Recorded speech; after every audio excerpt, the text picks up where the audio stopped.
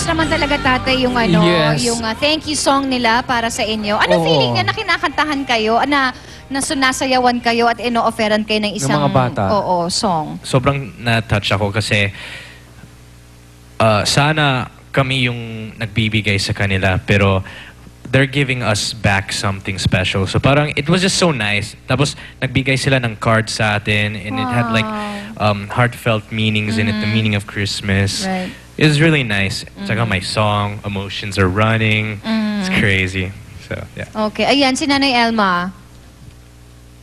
Oh, ito yung card. Ako, dala ko pa kasi siyempre kahit na hindi ka man makatanggap ng ibang cards, pero doon sa pamamagitan ng mga bata, ito, nandito, bit-bit ko, tig-isa kami. Natanggap mo. Opo. Tapos pinabasa pa sa akin, nagsasabay din siyang bumabasa. Ang cute naman. Nakaka-touch naman yung ng mga bata doon.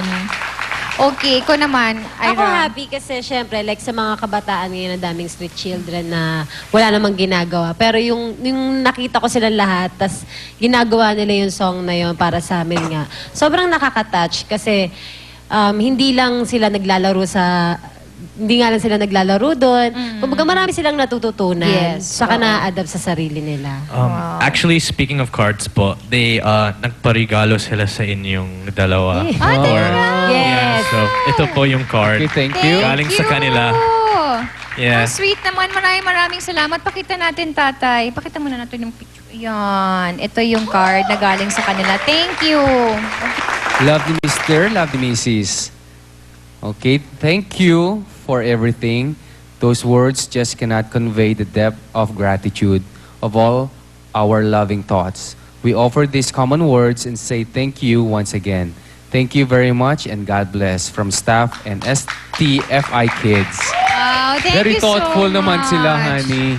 Okay, nang dahil napagbigyan nyo at napasaya nyo mga kabataan doon, meron kaming munting souvenir para sa inyo. Thank you so much. Ganda oh. Thank There you go, Wow, Ira. ganda ko This dyan, is ah. for you. Ayan Wow, pala, mas maganda to. flowers. Thank you. Thank you so much. And next, si Ian. Yeah. Okay. Thank you. And of course, ito lang kay Nanay Elma.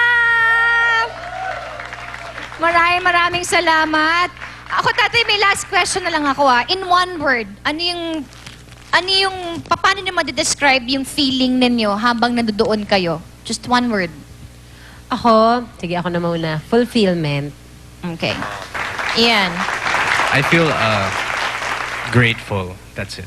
Simple lang, grateful lang. Grateful to meet everyone.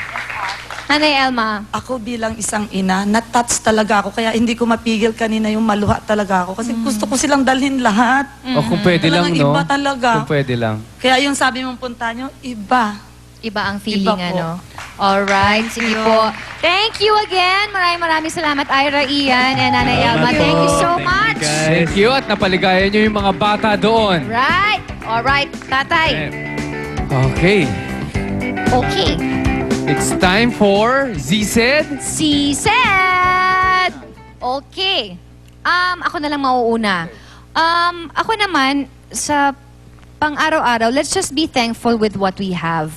Katulad nung sinabi nga ni Ira, at saka nila Ian, saka nila Nanay Elma na hindi mo na-appreciate yung bagay na nasa iyo unless mawala. Tama? Tama ako? Correct. So, parang yung katulad ng sinabi nga ni Ira na parang galing siya sa broken family na dati parang masyado niyang inaano yung sarili niya na parang kuwawa naman ako, hindi kompleto ang pamilya ko. Pero seeing those kids, parang she felt na parang, ay hindi, maswerte pa pala ako kasi kahit na wala na yung daddy ko, at least nandiyan pa rin yung mom ko tsaka yung mga kapatid doon, at magkakasama kami sa isang bahay. So, yung sa akin lang, wag na natin antayin yung time na mawala pa or kung ano man. Just be thankful and be appreciative with what we have. Yun lang. Okay, ako naman, honey. Recently, no, may nanalong sa loto, 700,000 yon, di ba? Million. Nagtatanong ako, ano gagawin mo sa pera pag nanalo ka? Marami nagsasabing, bibiling ganito, bibiling ganyan, bibiling ganon. Pero ako, honestly, kung ako manalo nun, ibabalik ko lang yun sa mga bata. Gusto kong katulad sinabi ni Nanay Elma, kung pwede lang kopkopin mo lahat, hindi lang doon, kundi lahat dito sa Pilipinas, gagawin ko. Kaso, hindi maaari eh. Kaya kung ako nanalo ng loto, magbibigay talaga ako ng example. Yung pera na yun talaga, kukupkupin ko sila, ipagpapaaral ko, magkakaroon ako ng magandang eskwelahan, pag-aaralin ko yung mga batang matatalino na porsigido, na walang pera.